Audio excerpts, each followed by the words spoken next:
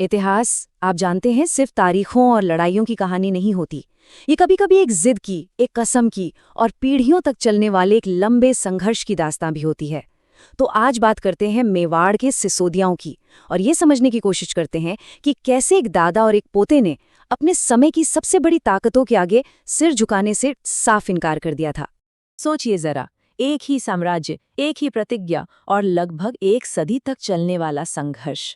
आखिर क्या थी वो आग, वो जिद जो एक ही खानदान में 100 सालों तक जलती रही? चलिए आज इसी कहानी की परतों को खोलते हैं। ये कहानी शुरू होती है मेवाड़ से। सिसोदिया राजपूतों का वो गढ़ जो किसी के आगे झुकना जानता ही नहीं था। ये सिर्फ जमीन का एक टुकड़ा नहीं था, ये अपनी पहचान, अपने सम्मान का प्रतीक था। उस दौर में जब दिल्ली सल्तनत से लेकर मुगल साम्राज्य तक पूरे हिंदुस्तान पर छा रहे थे, तब मेवाड़ अपनी आज़ादी की जिद पर अकेला अड़ा हुआ था।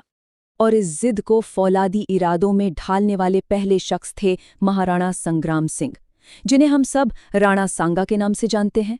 सोचकर देखिए, एक ऐसा योद्धा जिसके शरीर पर 80 घाव थे, जंग में एक हाथ और एक आंख जा चुकी थी, लेकिन सपना एक ही था, बिखरे हुए राजपूतों को एक झंडे के नीचे लाना और एक ऐसी ताकत बनाना जिसे कोई चुनौती न दे सके। देखिए, ये सिर्फ कुछ लड़ाइयों की लिस्ट नहीं है, ये सांगा की दूर की सोच और उनकी रणनीति का सबूत है। वो एक ही वक्त पर कई दुश्मनों से लड़ रहे थे। एक तरफ दिल्ली के सुल्तान इब्राहिम लोदी को खातोली और धौलपुर में शिकस्त दी, तो वहीं दूसरी तरफ गुजरात और मालवा की सल्तनतों को भी धूल चटा दी। इन्हीं जीतों ने उन्हें उत्तरी भारत का सबसे बड़ा पावर सेंटर बना दिया था। और सांगा का कद कितना बड़ा था, इसका सबसे बड़ा सबूत जानते हैं कहाँ से मिलता है? उनके सबसे बड़े दुश्मन से। मुगल साम्राज्य के संस्थापक बाबर ने अपनी किताब बाबरनामा में साफ साफ लिखा है कि उस दौर में हिंदुस्तान का अगर कोई सबसे ताकतवर शासक था तो वो राणा सांगा थे। ये तारीफ कोई दोस्त नहीं बल्कि एक दुश्मन कर रहा था। और फिर साल 1527 में आया खानवा का वो मैदान जिसने हिंदुस्तान के इतिहास का रुख ही मोड़ दिया। एक तरफ थी सांगा की राजपूत सेना और दूसरी तरफ बाबर की वो फौज जो अपने साथ तोपें और बारूद लेकर आई थी। हिंदुस्तान की धरती पर पहली बार इस तकनीक का ऐसा इस्तेमाल हुआ था। सांगा की बेमिसाल बहादुरी भी तोपों के आगे टिक नहीं पाई।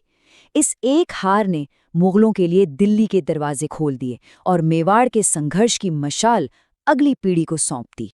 खानवा की हार के बाद मेवाड़ पर जैसे एक अंधेरा सा छा गया, लेकिन फिर 13 साल बाद 1540 में एक उम्मीद पैदा हुई। प्रताप का जन्म हुआ। और फिर 1572 में जब प्रताप गद्दी पर बैठे तो उन्होंने अपने दादा की उसी अधूरी कसम को फिर से दोहराया। दादा की शुरू की हुई लड़ाई अब पोते को लड़नी थी। प्रताप ने अपने दादा की विरासत तो संभाली थी, लेकिन उनके सामने जो दुश्मन था वो कहीं ज्यादा बड़ा और बहुत ज्यादा ताकतवर था। ये कोई नया हमलावर नहीं था, ये था शहंशाह अकबर का विशाल मुगल साम्राज्य, जो एक एक करके लगभग पूरे राजपुताना को अपनी हुकूमत में शामिल कर चुका था। बस एक मेवाड़ अकेला खड़ा था। अकबर सिर्फ एक ताकतवर बादशाह ही नहीं, एक चतुर रणनीतिकार भी था। वो जानता था मेवाड़ को जीतना आसान नहीं, इसलिए जंग से पहले उसने बातचीत का रास्ता चुना। 1, 2, 3 नहीं, पूरे 4 बार जलाल खान, फिर मान सिंह, राजा भगवान दास और आखिर में टोडरमल।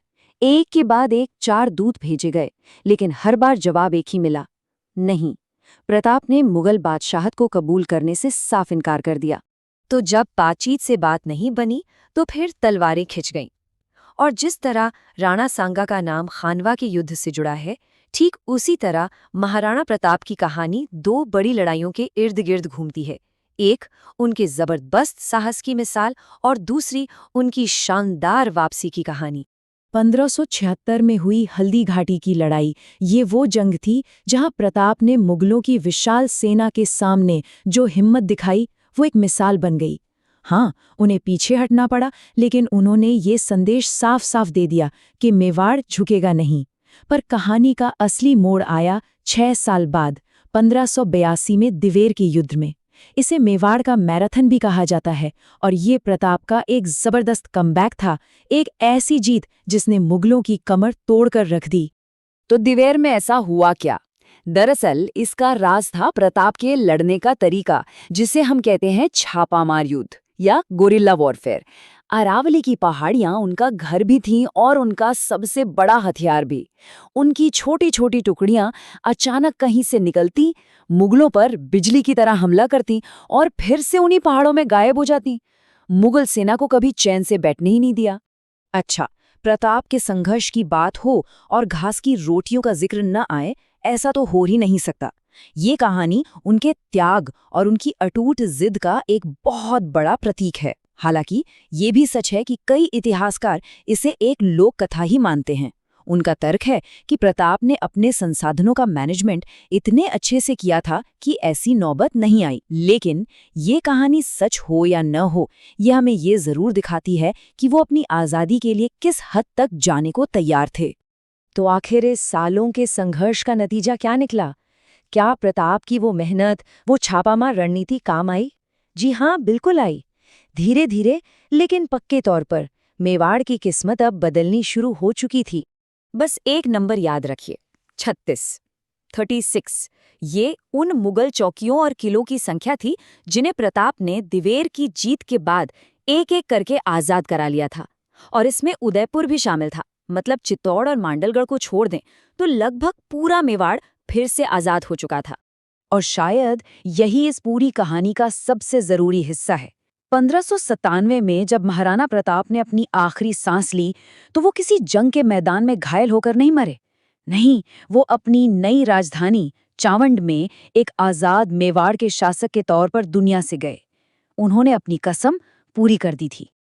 अब जरा सोचिए, जब उनकी मौत की खबर सैकड़ों मील दूर लाहौर में बैठे उनके सबसे बड़े दुश्मन शहंशाह अकबर तक पहुंची होगी, तो दरबार में क्या माहौल रहा होगा। सब ये देख रहे थे कि अकबर क्या कहेंगे उस दुश्मन के बारे में जिसे वो जिंदगी भर झुका नहीं पाए। और उस वक्त जो हुआ उसे अकबर के ही दरबारी कवि दुर्सा आढ़ा ने अपनी कलम से लिखा है।